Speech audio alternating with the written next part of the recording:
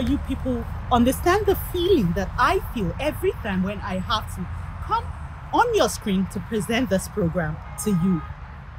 Chug, the program is Generation XYZ. It is a program where we celebrate the ingenuity of the Nigerian youth. But I keep telling you, we don't just do that here. We also bridge gaps between generations. Well, on today's episode, I have both good and bad news for you. So let's start with the good news. Everyone wants good news. The good news is that we all are young.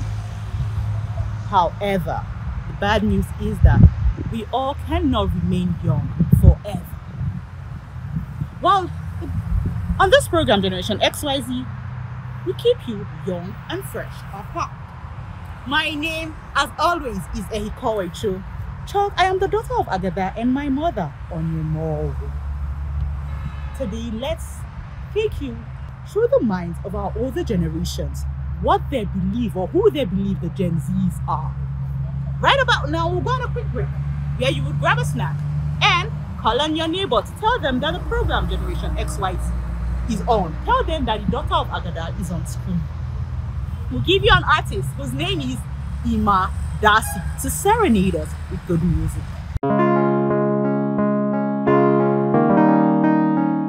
We all crave to be seen and or heard in one way or the other.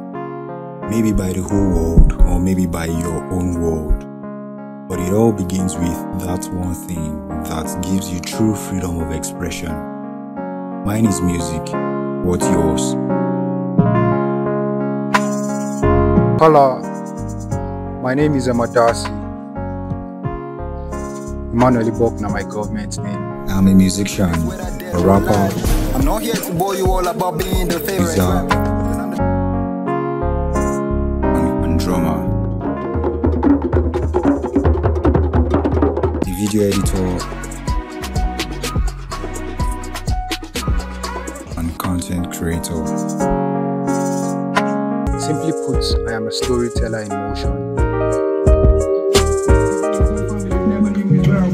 Said he's really scared how his little sister is getting older by the year and how he's failed to be a father figure. Would go to the ends of the world for her, but there's something. Like many other creatives, you may not have started with or had the best gears.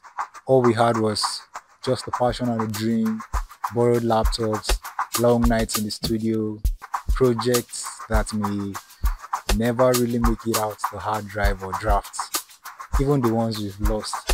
And that little word of encouragement from a fan that we probably don't even know. But from those limited tools and resources came something real, the kind that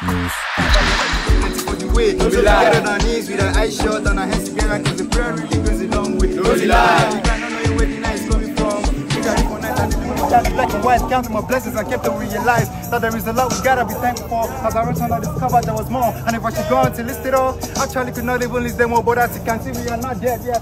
From playing drums in church to making beats in the hostel, shutting down shows in my bathroom, to listening to the greats, copying their cadence, mirroring their styles, and just trying to, craft my own style and trail my own blaze. I at the time created sounds that connect. I'm trying to make sounds with heart and soul, hype or no hype.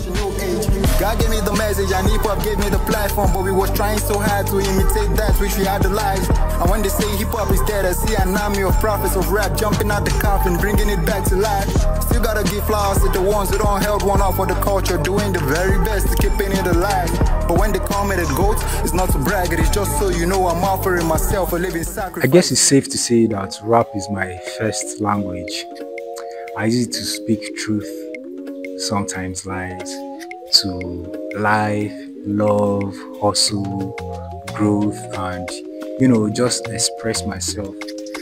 But you see, beat production, that is where I build the world around these words. Every kick, every snare, every melody is built with intention.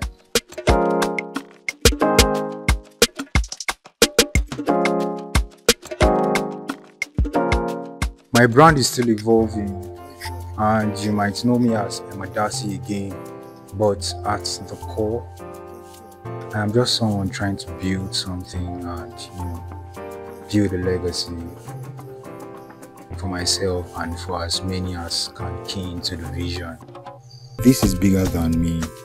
It's for the creators without fancy equipment, for the ones still using borrowed tools, still finding their voice, still finding a way to get things done with the barest resources available.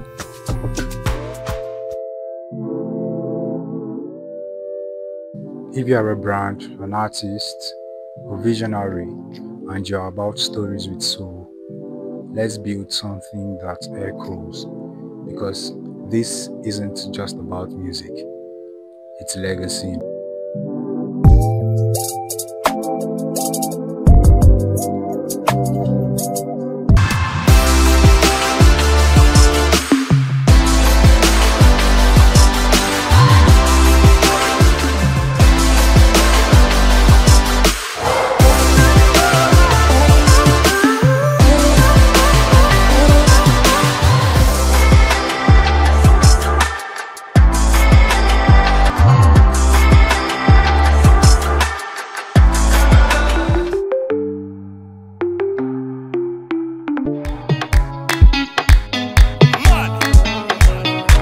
Welcome back.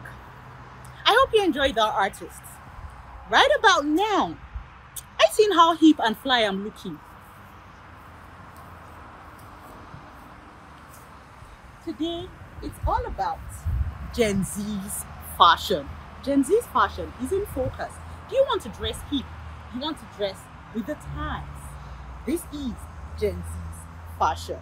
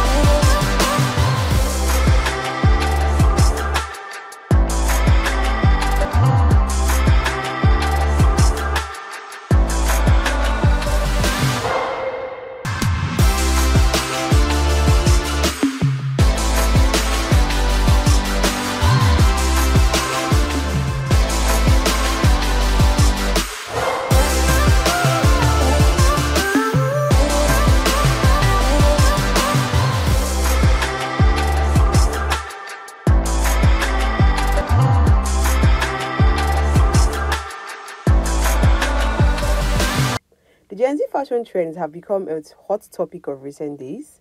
They are now making waves in the fashion world, as many fashion trends have made a comeback with Gen Z, giving a touch of innovation and light on them, specifically trends from the 80s and 90s.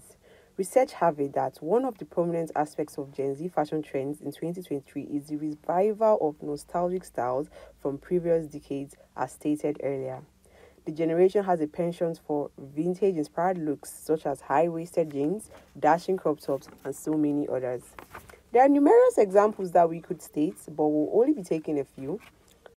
Going back to the 90s, some women or ladies at a particular age range could wear small tops and jeans. Now, those tops are converted into crop tops, and the jeans are now more often designed. That is, different eye-appeasing patterns are implemented on them. It could be stickers, stripes, and so many others. Another trending fashion style of the Gen Zs are the baggy outfits. These baggy outfits were also in vogue in those days, but the difference today is that both men and women could pull it off, said by the Gen Zs, because they always use that slang, they could pull it off. The way it's styled now attracts people's attention. Let's discuss the female use of corsets. Now, if you look at everywhere now, there are different corsets you see, corsets on tops, corsets on dresses, especially traditional wears. And if you were to look at those days, the Queens of England, the first sets of Queens of England, they would wear corsets with those gowns that were made on top of a basket. So we could say that the Gen Zs have innovated that corset into more easy way of wearing. Now, instead of wearing those big gowns, you can just place them on your tops, you can place them on your nice outfits, and they will look fabulous. It could be said that the male suits are no different. Even the female corporate wears, there were trendy styles in those days, and today, as fashion has evolved, similar styles, different patterns and designs.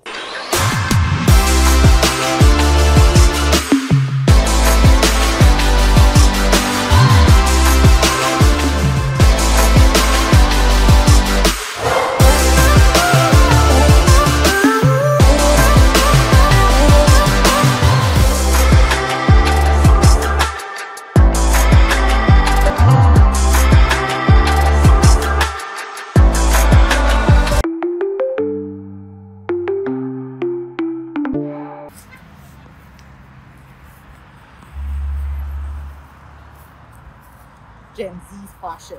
Now, if you aren't following us on any of our social media platforms, this is me telling you that you are wrong. So go follow us on all of our social media platforms. NTA is trending. Generation XYZ. And something that is catchy about this program is our in-house commentary, our in-house Gen Zs. And now it is time for our in-house Gen Zs to tell us about what they think the older generations think or who they think they are. This is Generation XYZ, or I could call it on this program, Understanding the Gen Zs. Go nowhere.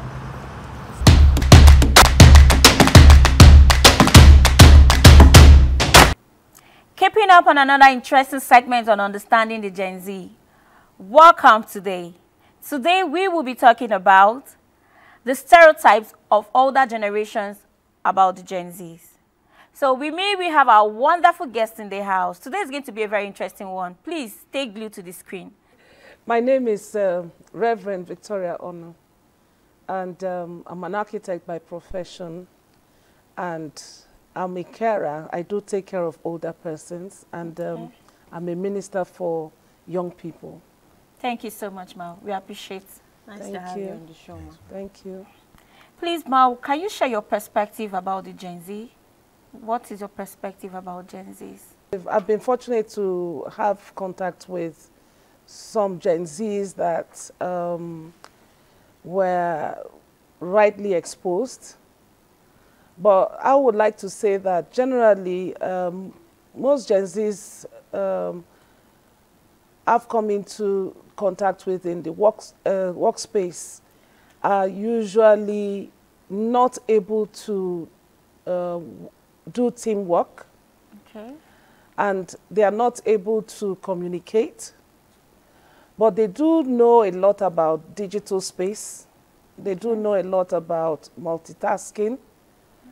But when it comes to socializing, that's a big problem. Okay. Beautiful set of people like I am. And like our guest has said, well, let's say for me, I want to talk from my own perspective, is that we mix. You know, we can have an older generation and you can just be like the only Gen Z there. I mean, so I feel we have these adaptability skills actually, because when they feel, okay, we've been doing this for 20 years and you that just came last year, how sure are you that you can be able to keep up and meet up? But to their surprise, we do excellently well because we're able to adapt, we're able to learn and relearn and unlearn.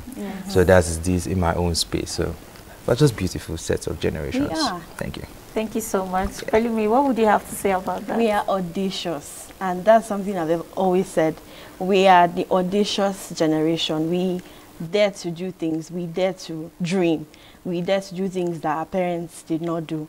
We dare to talk the way they didn't talk. We dare to change status quo. We are not a generation that follows a sequence. We are not, we do things the way we want to do it. And that's something I think is the most beautiful thing about the generation.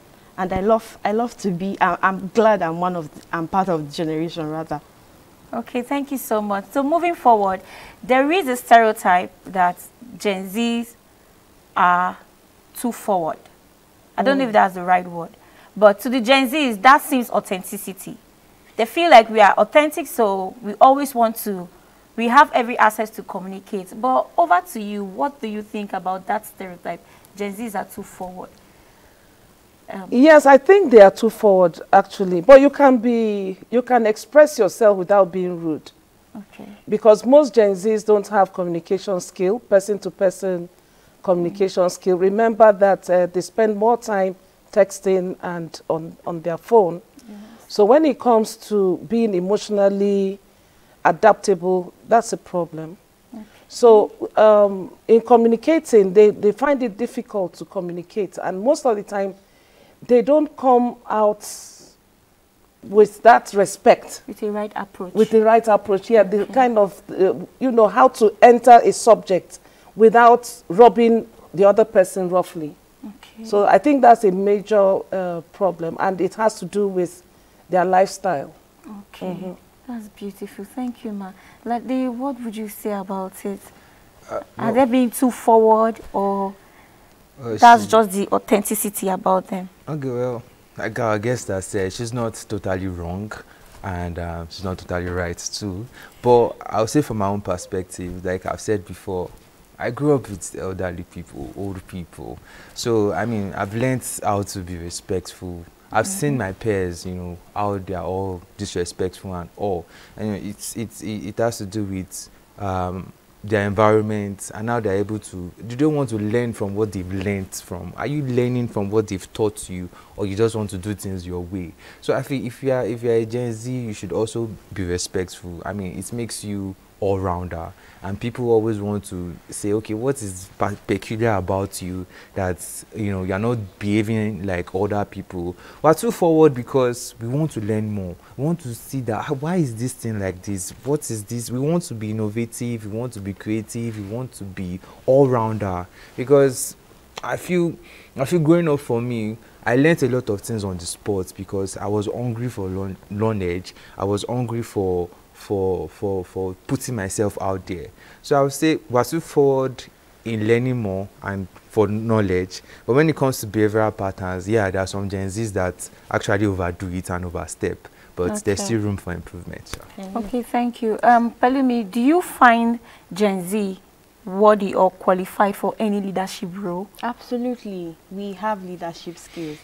I would just say, Ma, there's something I'd like to correct. Gen Zs, yes, we have problem with communication, but I would say moving forward, it is better we do not generalize, because there are still some Gen Zs that do not that are still very respectful, and they actually have good communication skills. They don't come across as being rude. They can pass across a message without appearing rude. So just to answer your question as well, we have leadership skills. Like I said about generalization, there are a lot of Gen Zs that they have been born with leadership skills. There are people who also, they don't, aside from being born, they have, you know, learned how to be leaders. So we have leadership skills. We know how to communicate. We know how to listen, because what is a leader without being able to listen to your audience or to the people you're leading? So, you know, we have communicative skills. It's just so unfortunate that we've not really been given that opportunity, because if you look at even the country we are now, there are lots of Gen Zs that they can do a much better job, and I say that. So what would you have to say? Yes, I would like to respond to that. You know, when you say you have not been given responsibility, you need to take it by force. Nobody's going to give you leadership. You take it. Okay. And most of the time, accountability is very, very important. Yes. So you find out that the younger people lack in accountability. They want to do things at their own time. Yes, they will do it. Yes. But at their own time. And, you know, there are certain things about society that must have a format. It has a systems, and you must follow them. Okay. All right? So you can't just wake up because you're a Gen Z and you decide that I'm not going to go to the university because what I want to do does not really need university knowledge. But you find out that, you know, the system demands it. So that's a typical example of what I'm talking about. So nobody's going to hand you down leadership. I have the experience whereby you want to hand over leadership to young people. Nobody's taking it. Okay. Because they are busy passing the buck. So, yes, they're audacious. Where? I would like us to look at examples. Where have they shown this taking it by force kind of leadership? Or you want people to hand it down to you? No. Ladi, what is your take on social media as regards to this generation? Are we making use of the social media space rightly or wrong? Because I feel like Gen Z has been the one that dominated that platform. All the social platform has been dominated mostly by the Gen Z. So do you think we are making use of it positively, or we are promoting the wrong things? Well, everything must always have a good and a bad side. So, but I can say, generally speaking, yeah, when social media came into play, when the exposure started, we keyed into it we try to see, okay, how can this work out for me? How can this work out for me? So from exploring, from learning, from understanding how social media worked, Gen Zs were able to key into the advantages of it when it comes to business-wise, when it comes to even music, even artists, they put their music out there through social media, and when it comes to even learning online too. But the bad side, the vice of it is that the long sessions on the internet, the long sessions on social media is what has promoted a lot of things. You see people going to sites they are not meant to go to. You see people meeting with people they are not meant to meet with online. Then they are promoting what they are not meant to promote. I don't want to start saying a lot of things, but we know that those. I just feel the problem it starts from the longevity. You know, you are spending too much time on this thing, and it's affecting your workflow, it's affecting your own life. So there's no balance. So I feel Gen Zs don't balance social media from their normal life. Their reality. Yeah, from their reality. So they feel their life is on social media. So okay, thank you so much. Please, Ma, do you have any take on it? Yes. When you talk about the Gen Z, you can't take out social media. And you know, being a person of influence is actually being on the social media. So you find out that the Gen Z, for me, are not maximizing that space. That's true. When it comes to, like I said about leadership, there is so much you can do for this country in terms of propagating good values and so on, that the Gen Zs are not leeching on, they are not doing. And because they are not doing it, that space is vacant for a lot of rubbish to come on. So I would still maintain that there is a lot that the Gen Zs can do, given their skills, to turn this country around. Thank you so much. Coming to the end of this program, this was such a very interesting segment. For the first time, we have like an older generation who has been able to put us through. Indeed, I just got to realize that there's a whole lot of things we need to learn as Gen Zs. If we have our way, please, let's learn to live differently. And let's see how most of our choices affect this older generation. So we've created a lot of stereotypes, and that is why we have this program, to be able to change the narrative that we still have Gen Zs out there who are ready to live rightly, who are ready to follow the right path and make right choices. Do well to tune in next time. Do not forget to follow us on all social media platforms at Generation XYZ. Thank you.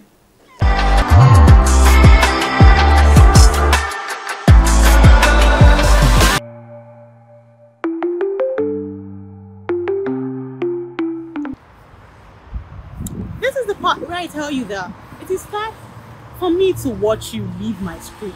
For me to leave your screen now, because you being there give me life. I am here because you keep being there. Thank you for being a part of today's program. I want to thank my director and producer for bringing these episodes to you. I hope that you will come and join us same time next week on this same program, Generation XYZ, where the daughter of Agada and Onimo will be your anchor. Bye for now.